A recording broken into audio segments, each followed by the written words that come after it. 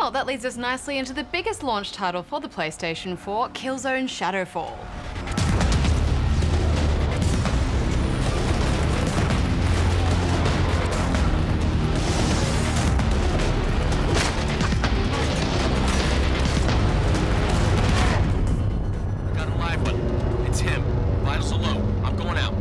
The game deals with the ongoing conflict between the human-looking Vektans and the Helghast. They're the ones that look like space Nazis. Unlike the full-on invasions we saw in the previous games, there's an uneasy truce between the two races as they attempt to live together on the one planet. A giant wall separates the two races, with the Vektans living in gleaming high-tech cities, while the Helghast live in squalor. Yes, neither side is happy about this truce, so there's a lot of guerrilla warfare on both sides of the wall. Sorry, sir, just a formality. You pick up the gun of Lucas Kellen, a member of an elite group of soldiers called Shadow Marshals. Sir, suspects are holed up in the room below. The sci-fi settings were the real hero of the game for me. The PS4 powers some seriously beautiful locations. Next-gen slow pans, Barjo. The Vektan cities tap into that idyllic future where everything's shiny and pristine, and the scope is just boggling.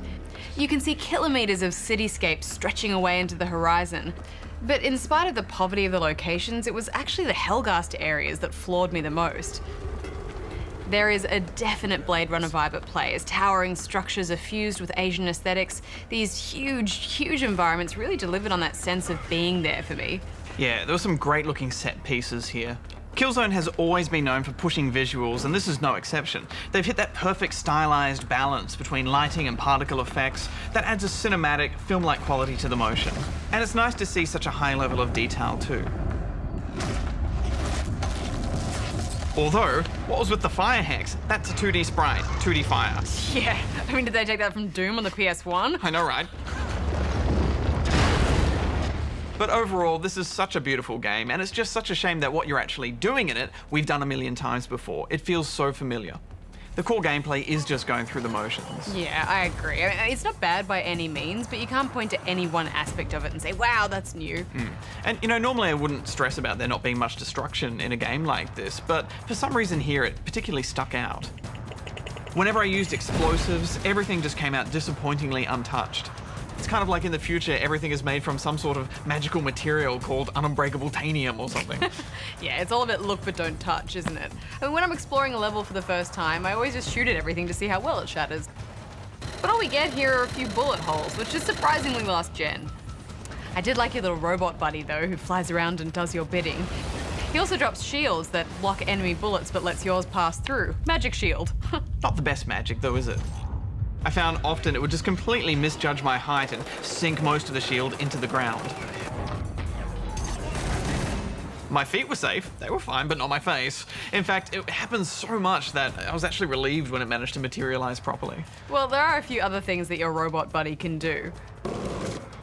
It can attack enemies for you and hack terminals, plus it can create makeshift zip lines for you. They look great, but like the rest of the game, it's very scripted about where it lets you use it.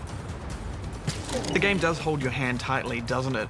Early on, you're led painfully through the slow tutorial mission. Wait here, don't move until I tell you. Come on guys, it's 2013, I know how to take cover in a shooter. At least give me the option to skip it. And by the start of the second mission, I still didn't have a gun. So when I took this guy down, I thought maybe I'll finally get one, but no, it just disappears because the game wasn't ready to let me have one yet. Why?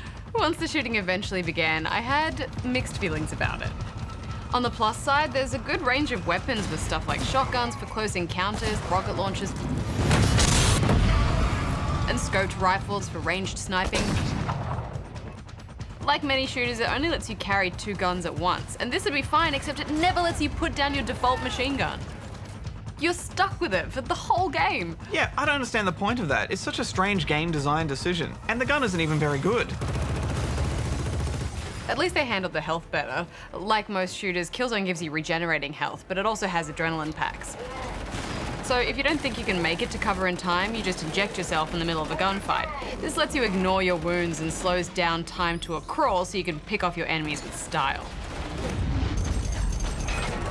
Slow-mo makes everything better, doesn't it? At least they mixed up the locations a fair bit in this game. I enjoyed flying around in space. Yeah, I love that they went for the silence of space. It makes for such a peaceful contrast to the rest of the game's gunfire, although I could have done without the platforming bits. Refreshments are Yeah, platforming should be banned from shooters, I think. My biggest gripe with the game, though, is the brainless enemies. This almost should have been a zombie game for all the smarts these guys showed.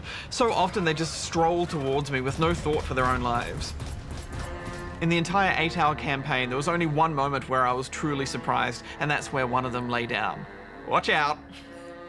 Yeah, it's such a shame, isn't it? Really smart AI makes all the difference in a shooter, and even their animations are a bit awkward here at times on top of that. The reason we're going on so much about the AI is that I've always felt like in previous Killzones it's been really good, but there are even points in this game where I don't think the enemies even realised I was shooting them. They're just strolling along like Mr. Trollolol. It is common for launch titles to feel a bit rushed in parts, and this is very much like that, I think. Yeah, but you know, as much as I love how great this game looks, I would have liked less time spent on that and more time just making those enemy engagements a bit more interesting. Yeah, me too. Because that's what you're doing for the whole game. You're engaging enemies. Make it fun. Fun first. Unfortunately, multiplayer wasn't live at the time of review, so we couldn't test that out, which is such a shame because we're hearing really good things. But as a single-player experience, this is adequate but pretty unremarkable, so I'm giving it 6 out of 10 rubber chickens. I just loved those sci-fi backdrops, Barjo. Now I want someone to make some cool Mass Effect-style RPG on PS4 that looks as good as this. Yeah. I think the problem with Killzone is that it ultimately is just more of the same. I guess we're just disappointed because, you know, you expect gameplay innovation with next gen, but, you know, this is still a solid shooter, so I'm giving it 7 out of 10 rubber chickens.